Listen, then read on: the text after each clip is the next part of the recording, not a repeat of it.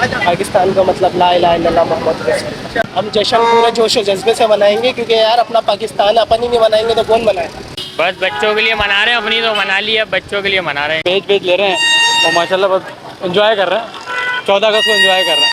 पाकिस्तानी आवाम को मैं एक ही पैगाम दूंगा कि बाहर निकलें अपने मुल्क की आज़ादी के लिए, और जो ये गुलामी जो चल रही है ना, तो गुलामी का आज़ाद कराएं इस पाकिस्तान। बहुत अच्छी तरह मनाना चाहिए। माशाल्लाह हमने स्टॉल लगाया हुआ और बहुत सस्ता सामान हम बेच रहे हैं यहाँ पे, जिसमें आज़ादी की वजह से होलसेल रेटों में से लाके 1-5 रख के बेच रहे हैं, और आम रोटी से सस्ता बिल्कुल सामान बेच रहे हैं।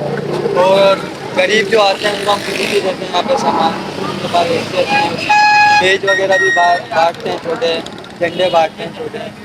जिनके पास नहीं है कोशिश करें कि उनकी हेल्प करें, जिनके पास है तो वो मनाएं। जैसे कलंदर की सरजमी सरमस्त का आशिया, नगरी ये दाता की गाजी की है अता।